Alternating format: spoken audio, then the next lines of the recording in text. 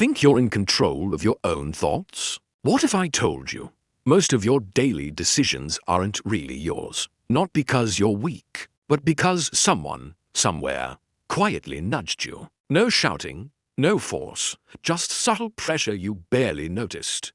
And the scary part? The smartest tricks are the ones that feel normal. Today, I'm going to show you the quiet tricks people use to steer your thoughts and actions. Once you see them, you'll never look at conversations, advice, or good intentions the same way again. Most people imagine manipulation as something obvious: yelling, threats, aggression.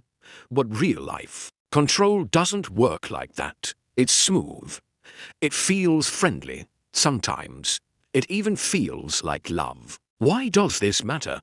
Because these tricks shape who you become, what you buy, who you trust, what you tolerate, and what you believe about yourself. If you don't understand them, you don't just lose arguments. You lose time, confidence, direction. Let's break this down.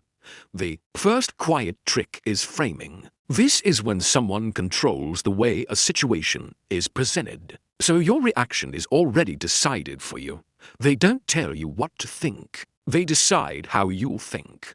Imagine this. Your friend says, "I'm only saying this because I care about you." Sounds harmless, right? But now, anything critical they say feels justified. If you disagree, you feel ungrateful. Or a boss says, "This is a great opportunity for growth."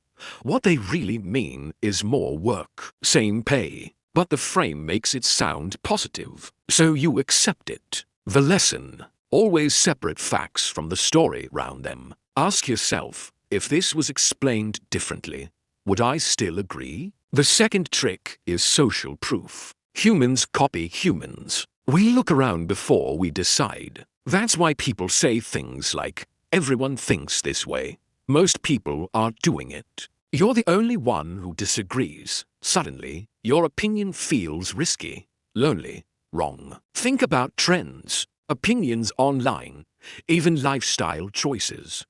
Half the time, people don't believe something because it's true. They believe it because it's popular. Have you ever agreed with something just to avoid standing out? Stayed quiet because you didn't want to look stupid? That's social proof working silently. Remember this: popularity is not truth. Crowds are often loud, not wise. Before you follow the group, ask yourself, would I still believe this if no one else did? The third trick is emotional anchoring. This one is powerful. It's when someone links a feeling to a person, idea, or decision. So later, that feeling controls you. For example, someone helps you when you're at your lowest. Now you feel indebted. So when they ask for something unreasonable later, you say yes. Not because it's right, but because you feel you owe them. Or someone constantly jokes while insulting you. It's wrapped in humor. So when you feel hurt, you question yourself. Am I too sensitive? Your emotions become the leash. Here's the truth.